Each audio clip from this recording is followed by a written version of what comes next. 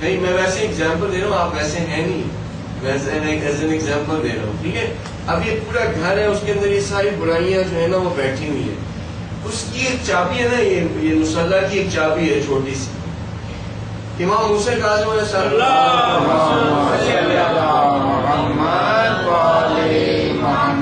وہ کہتے ہیں کہ جھوٹ جو ہے نا وہ چابی ہے اس گھر کی جس کے اندر ساری برائیاں بیٹھی. اگر آپ تمام کی تمام اس غیبت سے بھی، جھوٹ سے بھی، ان ساری چیزوں سے، مثلا ربا بھی یہاں پہ سب کچھ بیٹھا، سب برائیاں گندگیاں بیٹھی ہیں، اگر ان سب سے اگر آپ بچنا چاہتے ہیں تو اس تالے کو نہ کھولیں، کیونکہ اگر جب اس تالے کو کھول دیں گے تو پھر جو کچھ ادھر ہے نا اندر وہ آپ کو پکڑ لے گا. صحیح؟ تو یہ سمجھ آئے کہ جھوٹ جو ہے وہ چابی ہے باقی سارے برائیوں کی. اگر آپ باقی ساری برائیاں نہیں چاہتے تو جھوٹ کیا نہ بولیں، اگر چاہتے ہیں تو بسم اللہ کریں، بولیں جتنا ہو سکے، کوئی مشکل نہیں. قضا نمازیں 2 رکعت کر کے پڑھی جا سکتی ہیں یا پھر روزانہ جیسے 2 عصر اور مغربین کی نیت سے پڑھیں.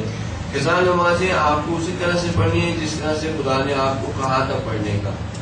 یعنی فجر کی نماز آپ کے لیے 2 رکعت تھی، آپ کو قضا فجر کی نماز بھی 2 رکعت پڑھنی ہے. آپ کی ظہر کی نماز کتنی 4 رکعت کی تھی، آپ کو ظہر کی نماز بھی 4 رکعت قضا جو ہے وہ پڑھنی ہے. در حقیقت میں نیت کے حوالے سے جیسے آپ نے اب یہ سوال مجھے کہا ہے، آپ کے ذہن میں یہ بات ہے کہ آپ نے قضا نمازیں پڑھنی ہے، آپ کی نیت آلریڈی ہو چکی ہے. ضروری نہیں ہے کہ آپ نماز سے پہلے کہیں کہ میں نیت کرتی ہوں 4 رکعت ظہر قضا پڑھنے کی قربت اللہ. آپ کو کہنے کی ضرورت نہیں ہے یا اپنے ذہن میں دہرانے کی ضرورت نہیں ہے. آپ نے اتنا آپ یہ شعور آپ کو آ گیا نا، اب آپ کھڑے ہو کے اگر پڑھ رہے ہو، آپ کو پتا کہ آپ کیا کر رہے ہو. نماز کے بعد اگر کوئی پوچھ رہے آپ کو پتا ہونا چاہیے کہ یہ قضا نماز تھی یا واجب نماز تھی. اگر آپ نہیں ڈفرنس بتا سکتے تو آپ کی نماز باطل ہے.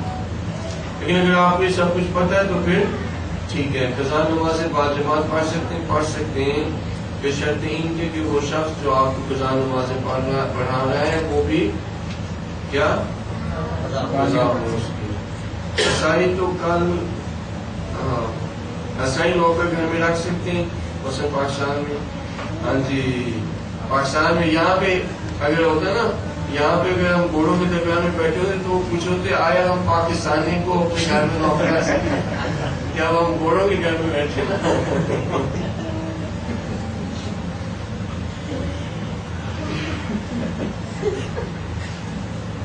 صحیح. عیسائی اہل کتابیں مراجع کی طرف اگر آپ رجوع کریں تو ان کو ظاہر کہہ دیں گے، ان کا کوئی مشکل نہیں، وہ نوکر آپ انہیں رکھ سکتے ہیں، کچن وغیرہ کا کام کروا سکتے ہیں.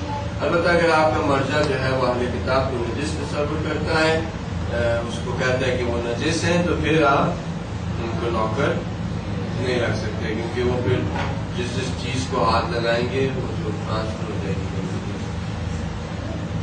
اچھا ہم جو یہ جاتے ہیں اور دیکھتے ہیں کہ کسی بھی سکھ یا ہندو یا کسی غیر مسلم سے ہم کہتے ہیں کہ ہم یہ ویجیٹیرین ہیں، ہم تو گوشت تو نہیں کھا رہے، ہم تو خالی ویجز کھا رہے ہیں، تو اس کے بارے میں.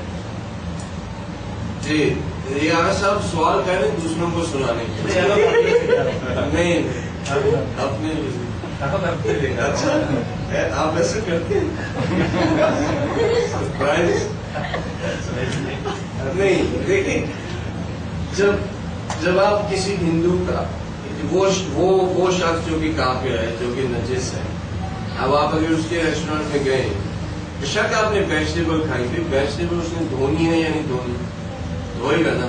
اگر نہیں دھوئے گا آپ کو کتنی مشکل ہو جائے گی، کیونکہ کیمیکلز لگے لگائے آپ کو وہ لا کے دے گا.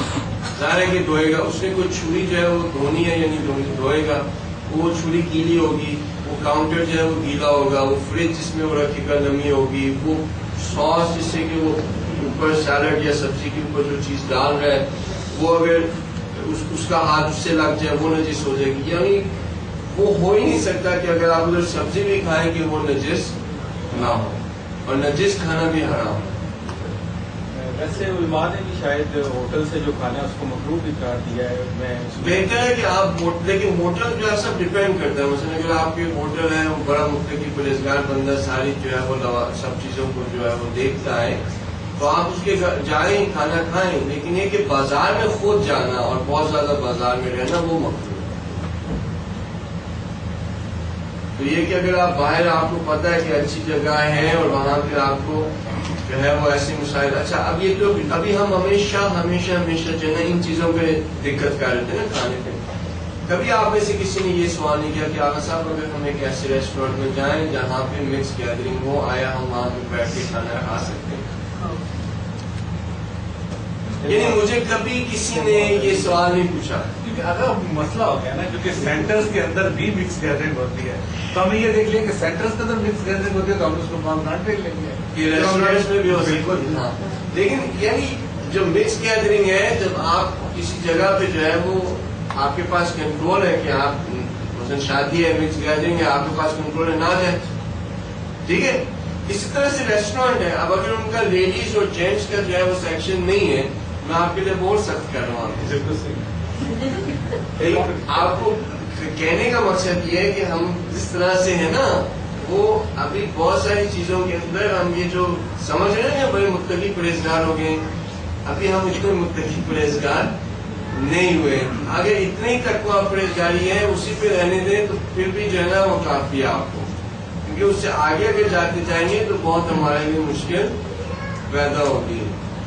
تو اتنا بھی غنیمت سمجھے. اس پہ بھی بہت لوگ کمپلین کرتے ہیں کہ جی یہ تو بڑا مشکل ہو جائے گا، ایسے جو ہے وہ ہمیں یہ ریسٹورینٹ ڈھونڈنا پڑے گا، وہ کرنا پڑے گا. سب اگر آپ زیادہ کریں گے نا، نخرے وہ ہوتا ہے نا، بندہ کرتا ہے زیادہ نخرے کریں گے نا تو پھر جو ہے نا وہ آپ کو آگے والے جب بات بتائیں گے تو آپ کے لیے وہ بہت زیادہ مشکل ہو جائے گا. لیکن آگے کی باتیں پتہ ہونی چاہیے نا کہ ہم شاید یہ پیچھے پھنس کے رہ جائیں. اب وہ معلم کے اوپر ہے. وہ معلم کو چاہیے کہ تربیت کے حوالے سے، لوگوں کو دیکھنے کے حوالے سے، ان کی روح کے سکت اور ان کی جو ہے وہ استطاعت دیکھ کر تو پھر ان کو رفتہ رفتہ رفتہ رفتہ رفتہ جو ہے وہ اپنا مکروہات سے نکال کے مباحات تک لے کر جائے. پہلے اسے کیا کرنا ہے؟ پہلے حرام سے نکالنا ہے. حرام سے نکالنے کے بعد یعنی اس کے بعد پھر کیا ہے؟ مستحبات میں لے کر آنا. مستحبات میں سے نکالنے کے بعد اس کو پھر مکروہات سے نکالنا ہے. مستحب میں ڈالنا ہے، مکروہات سے نکالنا، پھر مباح کی بات کرنی ہے. ہم جو مولانا جس کو آپ کہہ رہے ہیں اس کو کبھی اتنی طاقت دے دیں، اس کو نوکر نہ رکھیں تو یہ کام وہ کر سکتا ہے آپ کے لیے. لیکن جب آپ اسے ریزیڈنٹ عالم نوکر سائن کر کے 2 سال کا 3 سال کا کانٹریکٹ کر لیتے ہیں تو وہ بیچارہ یہ کام نہیں کر پاتا. اور پھر جو نقصان ہے وہ ہوتا کس کو ہے؟ آپ ہی کو ہوتا ہے. اب نماز کا وقت ہو گیا انشاءاللہ تعالیٰ. پھر کل جو ہے اور ٹائم نہیں آپ کو سوالات کے لیے. بسم اللہ الرحمن الرحیم والعصر ان الانسان لفی خسر الا الذین آمنوا وعملوا الصالحات